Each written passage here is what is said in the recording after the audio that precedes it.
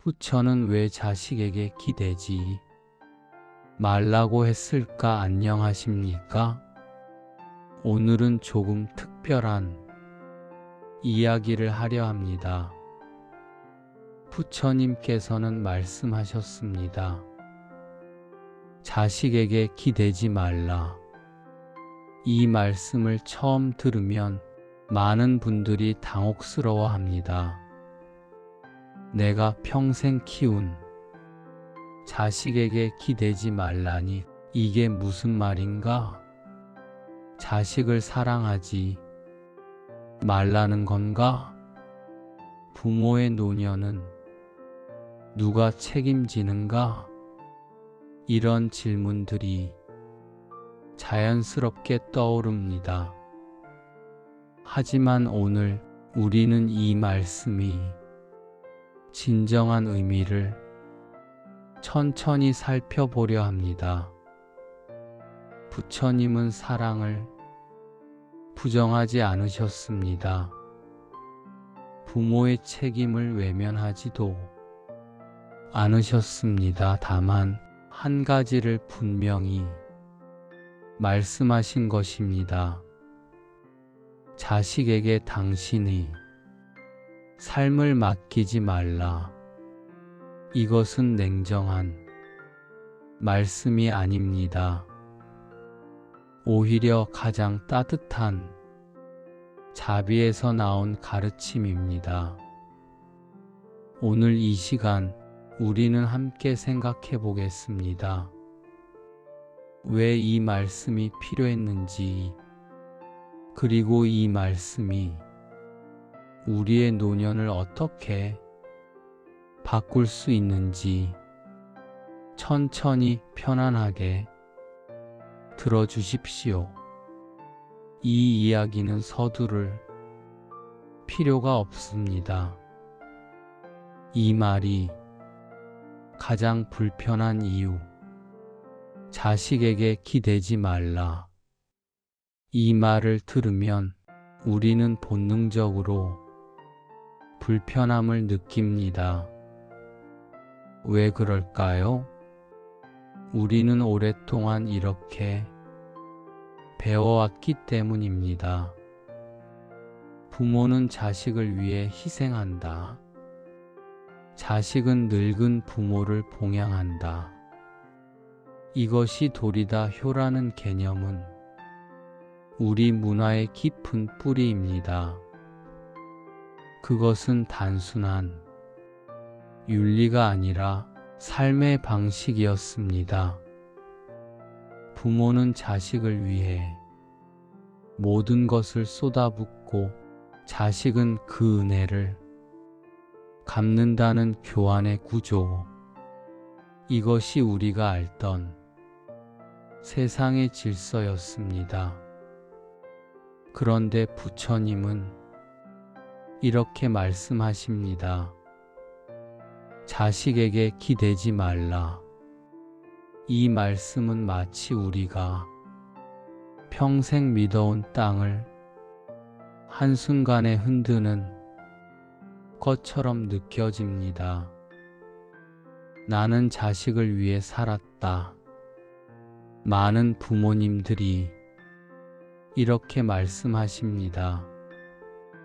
나는 나를 위해 산 적이 없다. 모든 것을 자식에게 쏟아부었다. 내 꿈도 내 시간도 모두 포기했다. 이것은 거짓말이 아닙니다.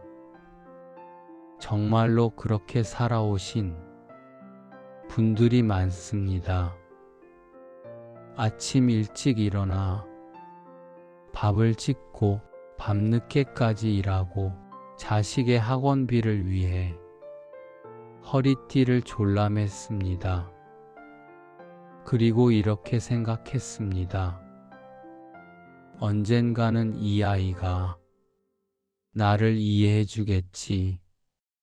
내가 늙으면 이 아이가 곁에 있어 주겠지. 이 모든 희생이 보상받는 날이 오겠지. 그런데 부처님은 말씀하십니다. 그 기대를 내려놓으라. 이 말씀이 왜 이렇게 아픈지 아십니까? 그것은 마치 이렇게 말하는 것처럼 들리기 때문입니다. 당신의 희생은 의미가 없었다. 당신이 바라던 것은 이루어지지 않는다. 하지만 정말 그런 뜻일까요? 사랑과 기대 사이, 우리는 종종 이 둘을 혼동합니다. 사랑과 기대를 낳는 자식을 사랑한다라고 말하지만 그 안에는 종종 이런 생각이 숨어 있습니다. 그러니 자식도 나를 사랑해야 한다. 내가 해준 만큼 돌려받아야 한다 하지만 부처님은 이 두 가지를 명확히 구분하셨습니다.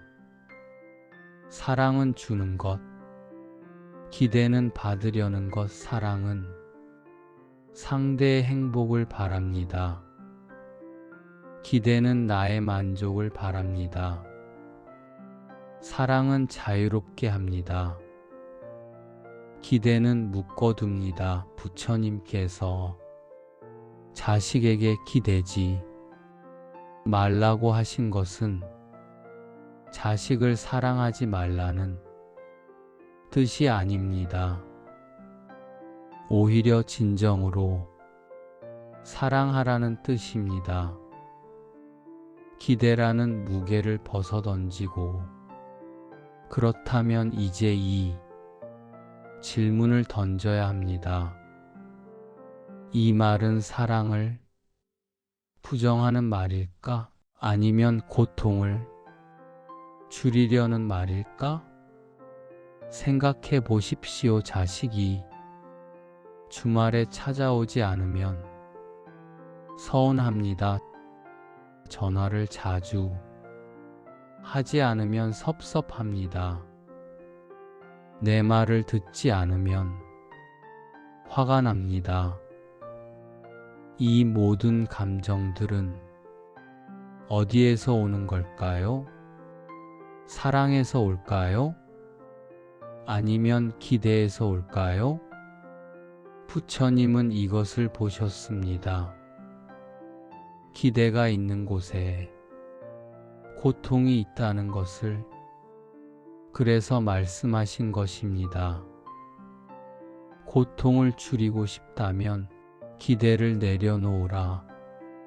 이것은 사랑을 부정하는 말이 아닙니다. 사랑을 순수하게 만드는 말입니다. 이제 우리는 더 깊이 들어가 보겠습니다. 기대라는 것이 정확히 무엇인지, 불교에서는 이것을 무엇이라 부르는지, 불경에서 말하는 기대의 정체, 집착이라는 이름, 불교에서는 기대를 집착이라고 부릅니다.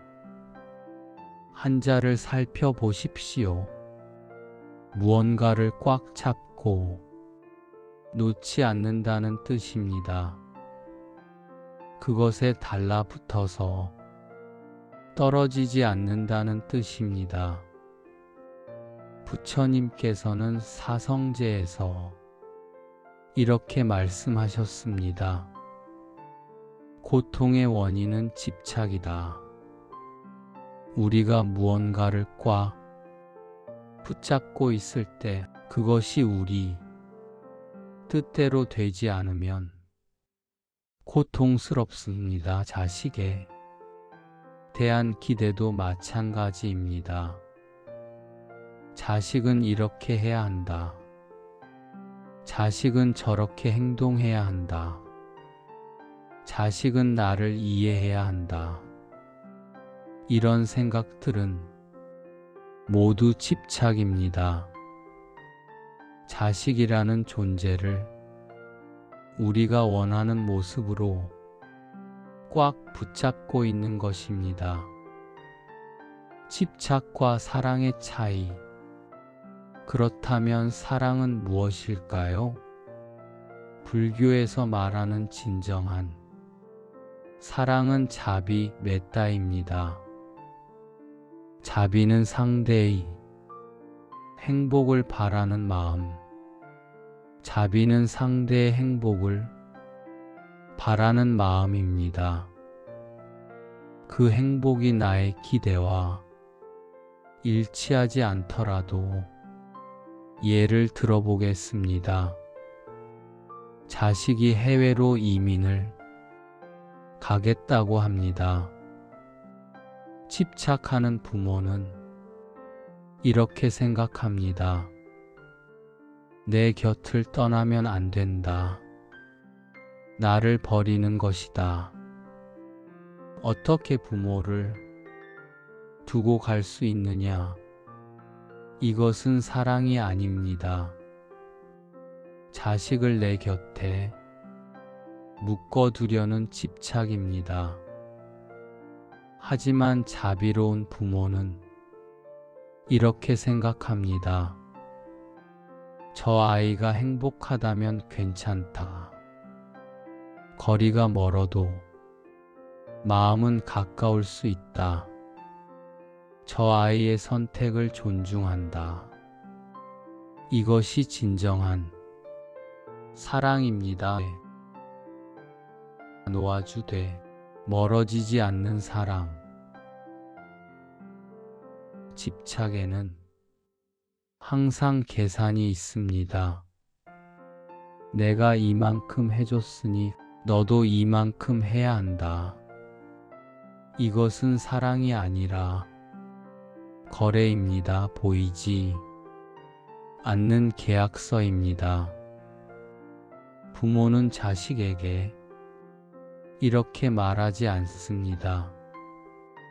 내가 너를 키워준 대가로 너는 나를 봉양해야 한다. 하지만 마음속에는 이런 기대가 있습니다. 그리고 자식이 그 기대를 충족시키지 못하면 배신감을 느낍니다. 내가 그렇게 해줬는데 이럴 줄 알았으면 그렇게까지 안 해줬지. 이런 생각이 드는 순간 우리는 이미 사랑이 아닌 거래를 하고 있었던 것입니다. 부처님께서는 이것을 꿰뚫어 보셨습니다. 법구경에는 이런 구절이 있습니다. 자식이 있으면 자식 때문에 근심하고 재산이 있으면 재산 때문에 근심한다. 집착이 있는 곳에 근심이 있다. 왜 우리는 집착하는가? 그렇다면 질문이 생깁니다. 왜 부모는 자식에게 집착하게 되는 걸까요? 첫째, 자식은 나의 연장이라고 생각하기 때문입니다. 내가 낳은 아이니까, 내 피가 흐르니까, 그러니 내 것이다. 하지만 불교에서는 이렇게 말합니다. 자식은 독립된 존재입니다. 그들은 자신의 업을 가지고 태어났습니다. 그들에게는 그들이 길이 있습니다. 부모는 그저 인연으로 만난 것입니다. 잠시 함께 걷는 동행자일 뿐입니다. 둘째, 자식을 통해 나의 가치를 증명하려 하기 때문입니다. 내 자식이 성공하면 나도 성공한 부모다. 내 자식이 효도하면 나는 좋은 부모였다 하지만 이것은 위험한 생각입니다. 내 가치를 다른 사람에게 의존하는 순간 나는 온전한 내가 아닙니다. 자식의 성공의 나이, 자존감이 달려 있다면 자식이 실패할 때 나도 무너집니다. 셋째, 외로움 때문입니다. 나이가 들면서 관계가 줄어듭니다. 친구들도 하나둘 떠나갑니다. 배우자와의 대화도 줄어듭니다. 그래서 자식에게 매달립니다. 적어도 자식은 내 곁에 있어야 한다. 하지만 이것은 자식을 사랑하는 것이 아닙니다. 자식을 나의 외로움을 채우는 도구로 쓰는 것입니다. 부처님은 이렇게 말씀하셨습니다. 의지할 것은 오직 자기 자신이다. 이제 우리는 명확히 볼 수 있습니다.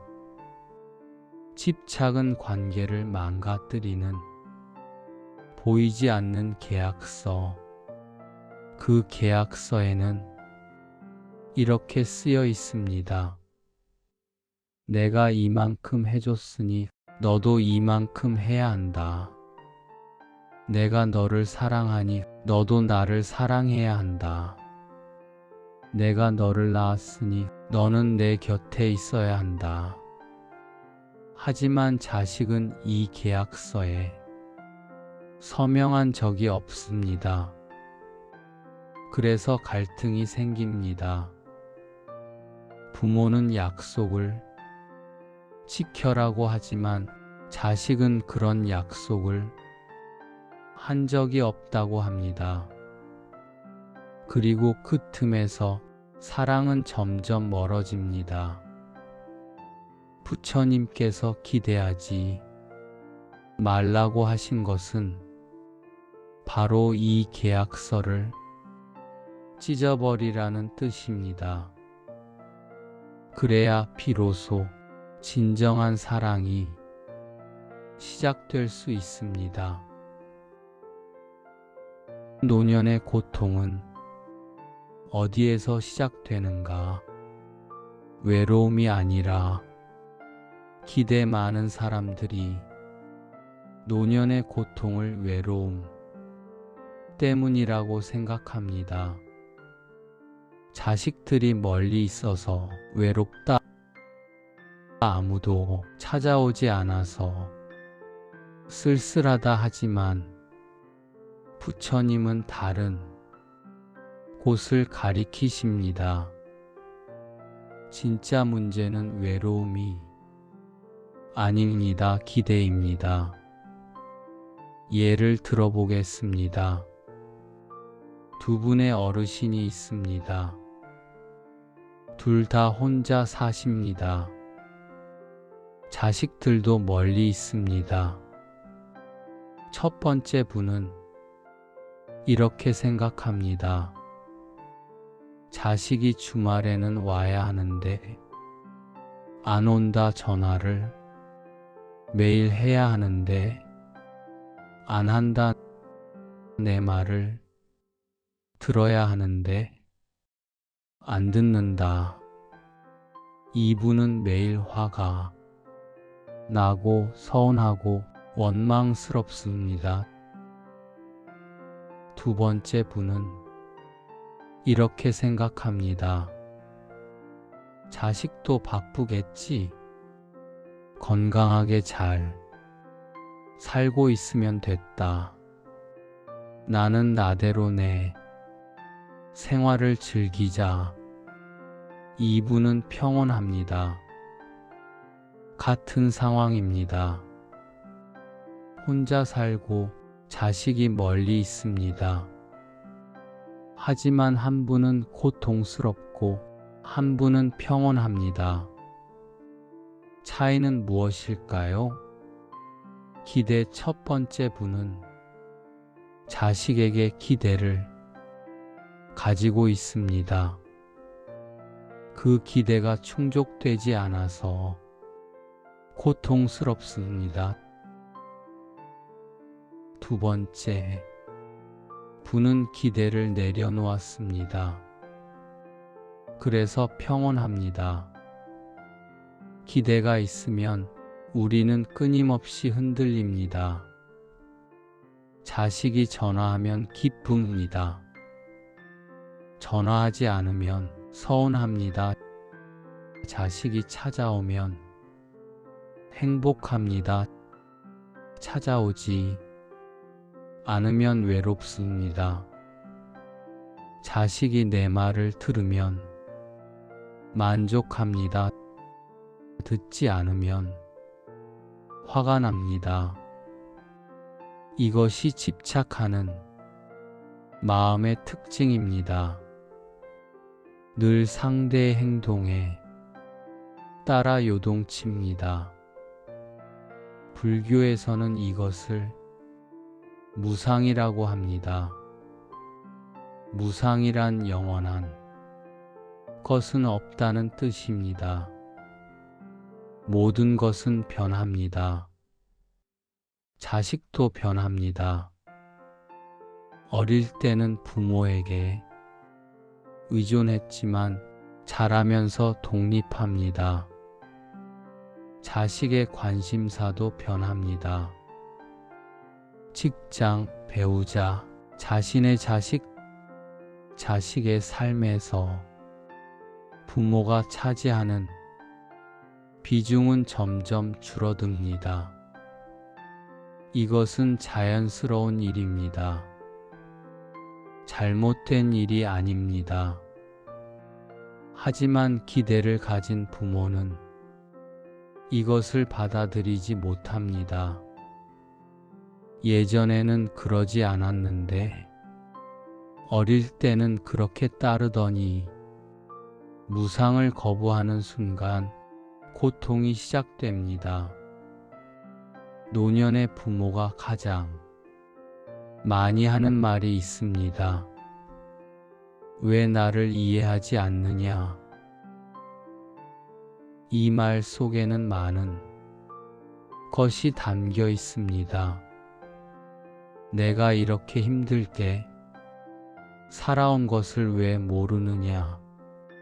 내가 너를 위해 얼마나 많은 것을 포기했는데, 그런데 왜 조금도 신경 쓰지 않느냐? 하지만 이 말이 본질은 무엇일까요? 이것은 요구입니다. 나를 이해해야 한다. 나를 배려해야 한다. 나를 우선시해야 한다.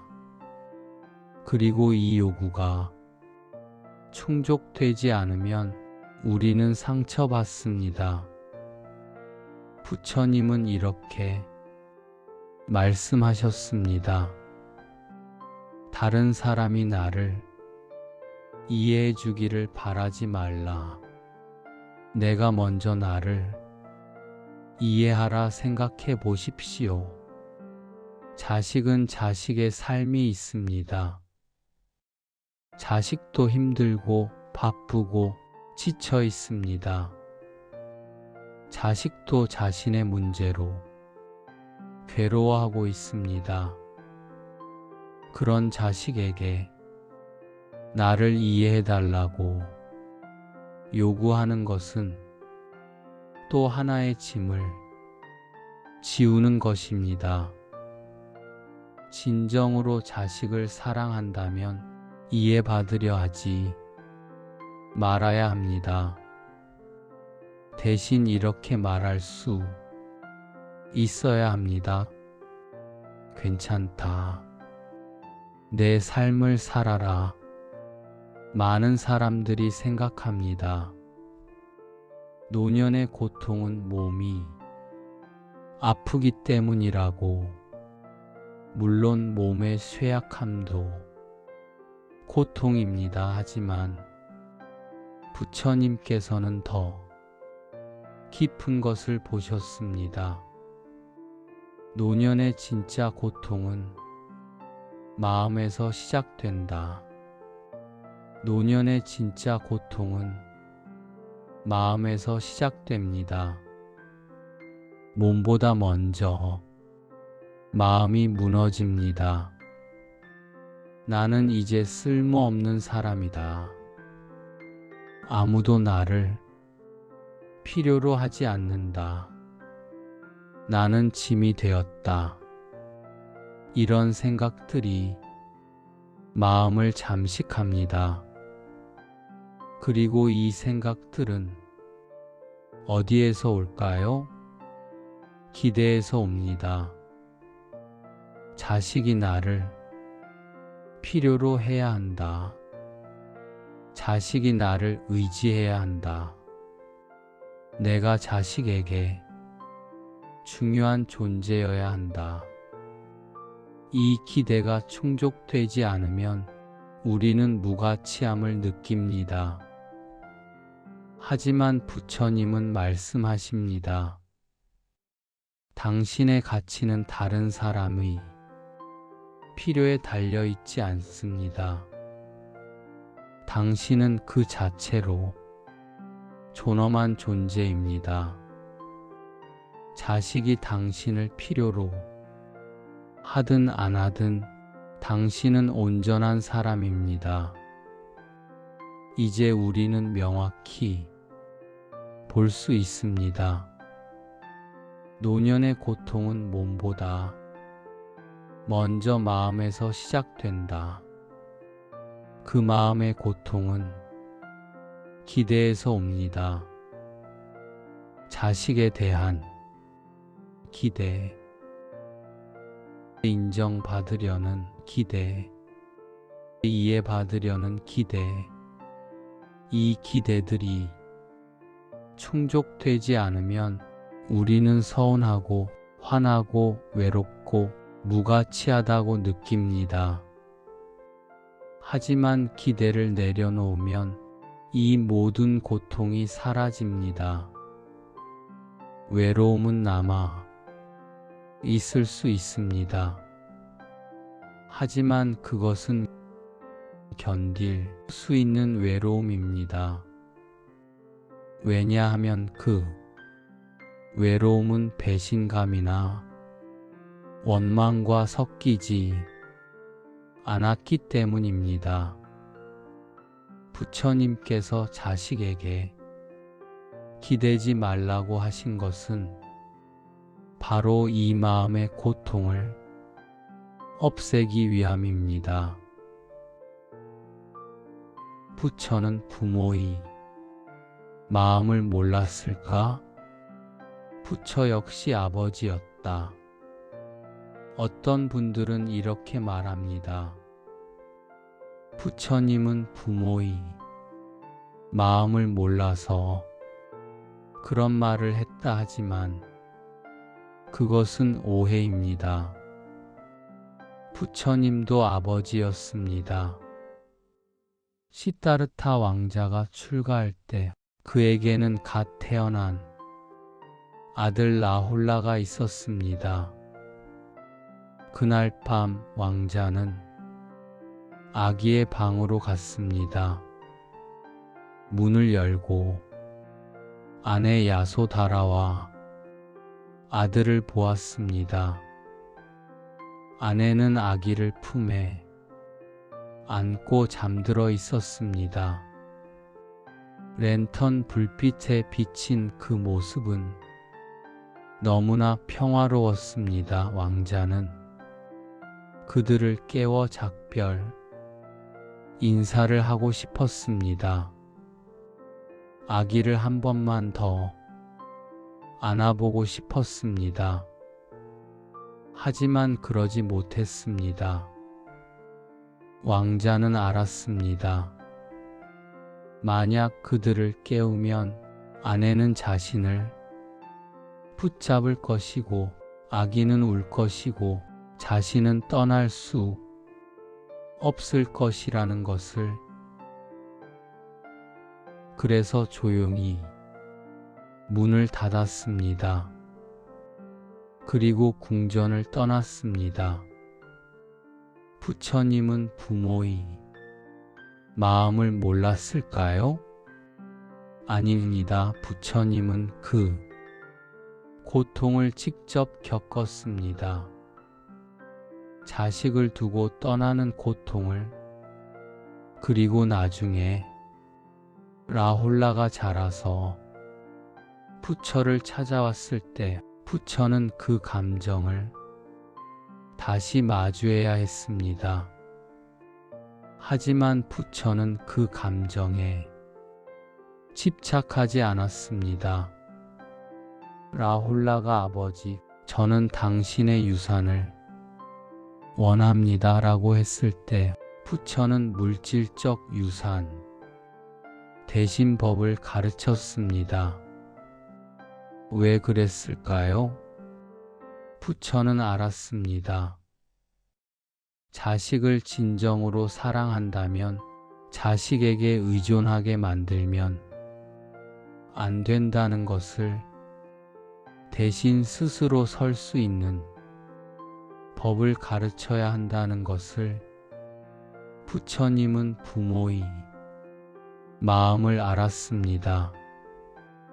자식을 향한 그 깊은 사랑을, 자식과 함께하고 싶은 그 간절함을, 자식이 곁에 있어 주길 바라는 그 마음을, 그럼에도 불구하고 부처는 말씀하셨습니다. 자식에게 기대지 말라. 왜일까요? 부처님은 더 멀리 보셨기 때문입니다. 부모가 자식에게 기대면 자식에게 무거운 짐을 지웁니다. 자식은 자신이 삶을 살아야 합니다. 자신의 가족을 돌봐야 합니다. 자신의 일을 해야 합니다. 그런데 부모가 기대하면 자식은 죄책감을 느낍니다. 부모님을 충분히 돌보지 못하고 있다.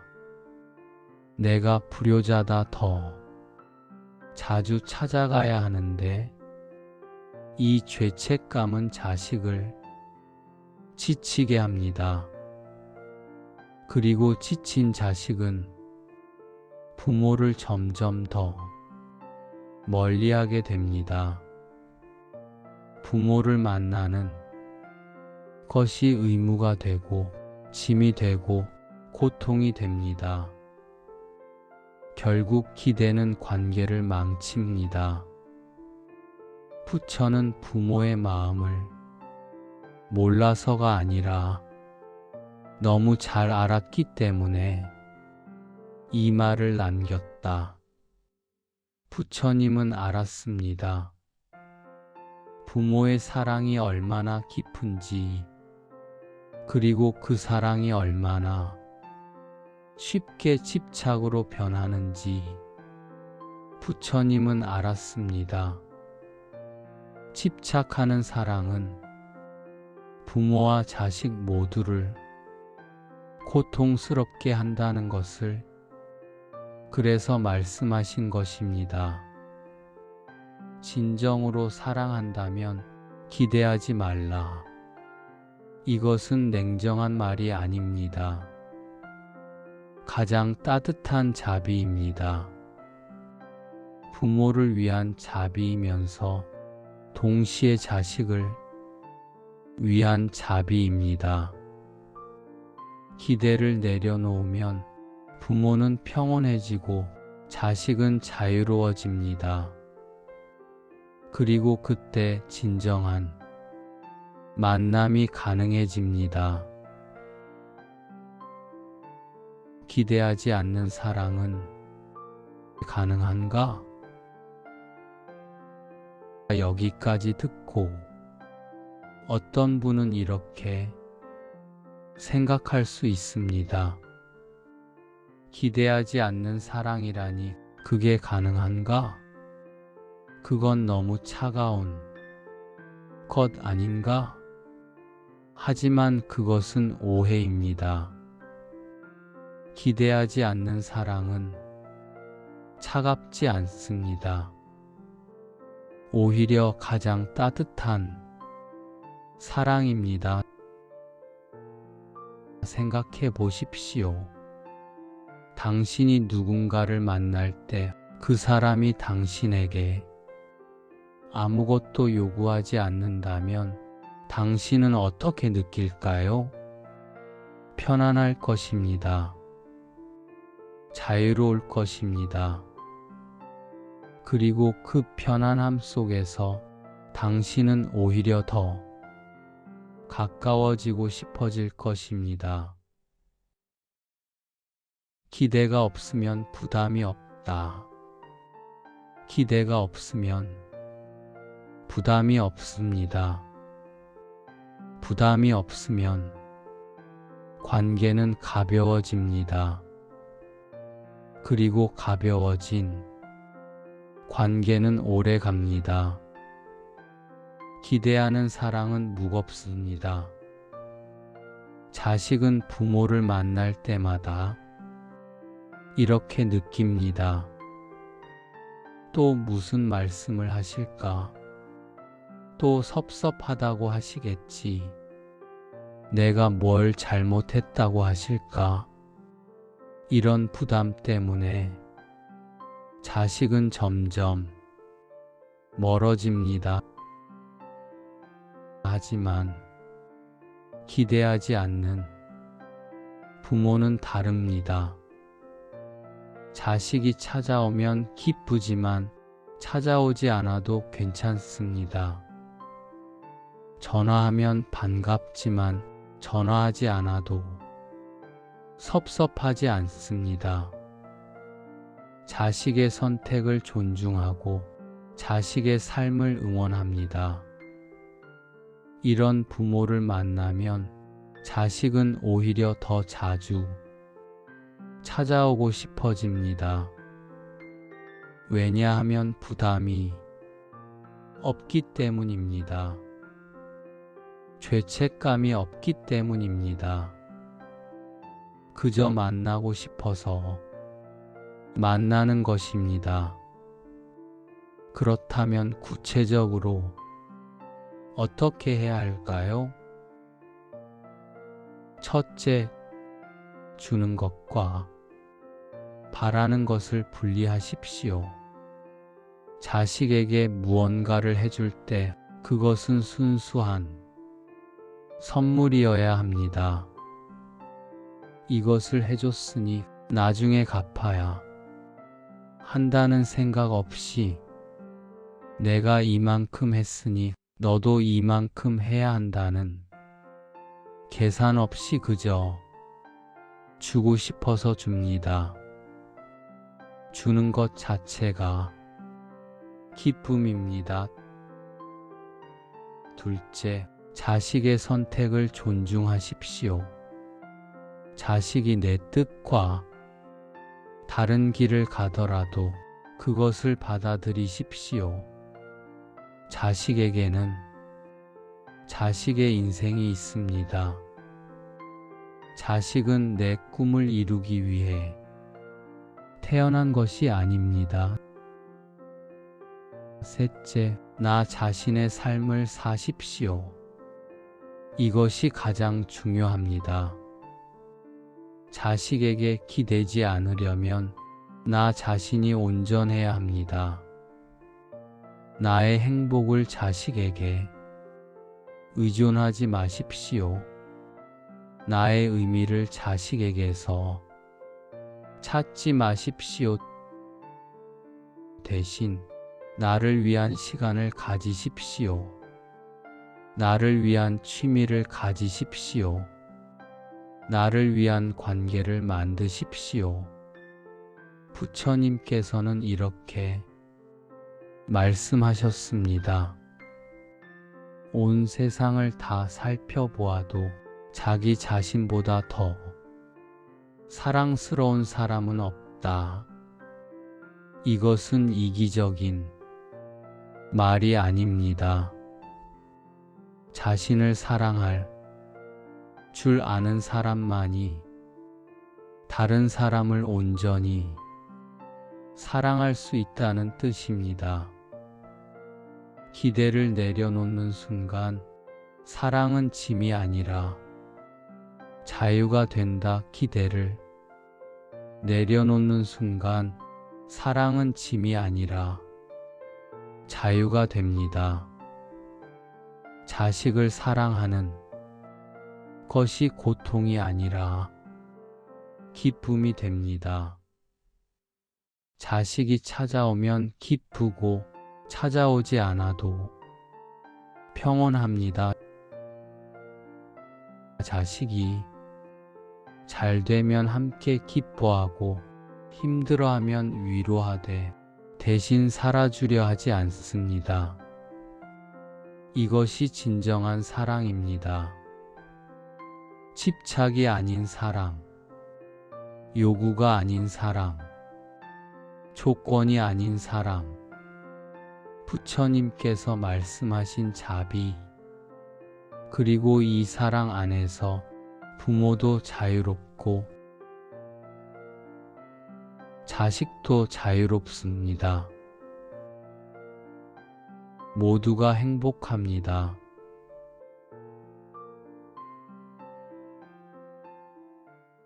노년을 위한 말씀 명상. 이제 편안한 자세로 앉으십시오. 등을 곧게 펴고 어깨에 힘을 빼십시오. 눈을 감아도 좋고 반쯤 뜨셔도 좋습니다. 숨을 천천히 들이마십니다. 그리고 천천히 내쉽니다. 지금 이 순간 아무것도 하지 않아도 괜찮습니다. 아무것도 증명하지 않아도 괜찮습니다.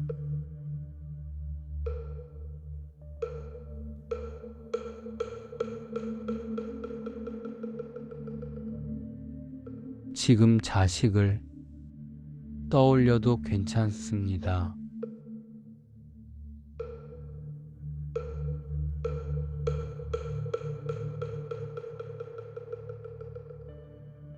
다만 미안해하지 않아도 됩니다.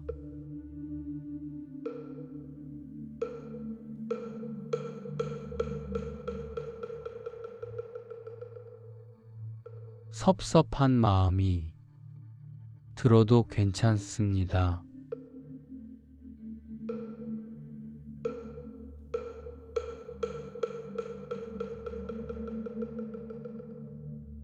다만 그것에 휩쓸리지 않아도 됩니다.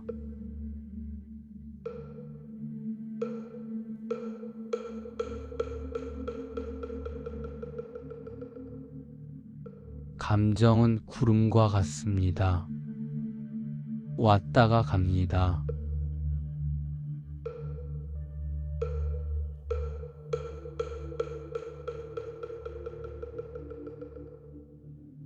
당신은 그 구름을 바라보는 하늘입니다.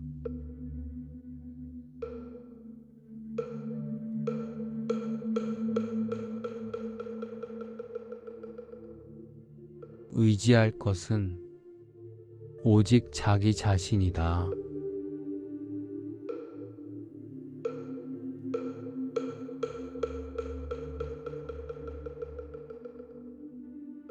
집착이 있는 곳에 고통이 있다.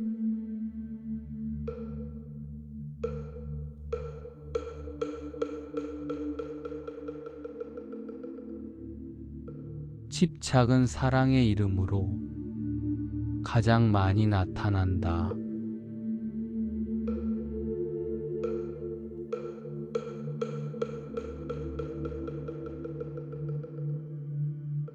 홀로 설 수 있을 때 비로소 함께할 수 있다.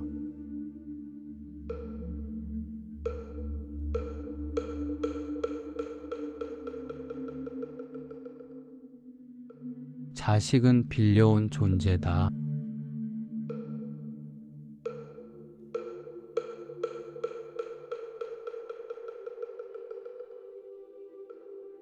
언젠가는 그들이 길을 가야 한다.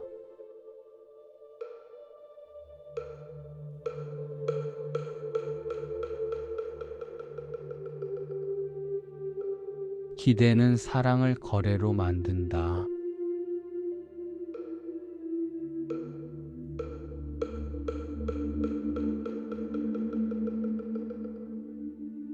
놓아주는 것이 진정한 사랑이다.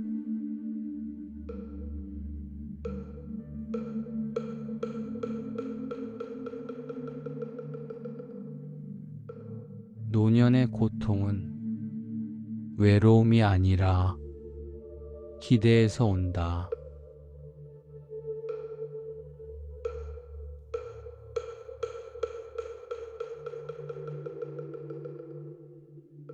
온 세상을 다 살펴보아도 자기 자신보다 더 사랑스러운 사람은 없다.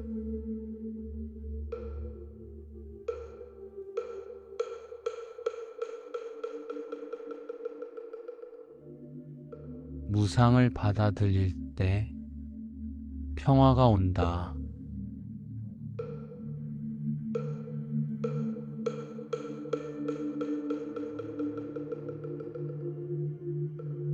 모든 것은 변한다.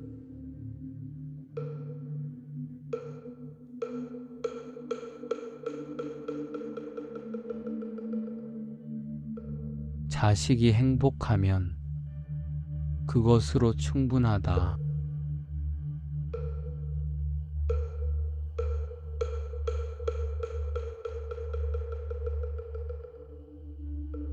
내 평화는 내가 만든다. 다른 사람에게 의존하지 않는다.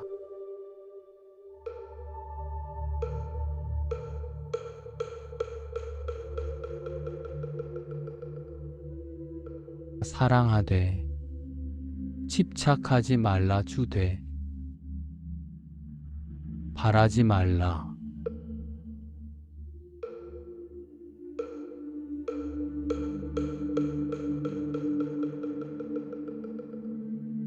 이것이 자유다. 이것이 평화다.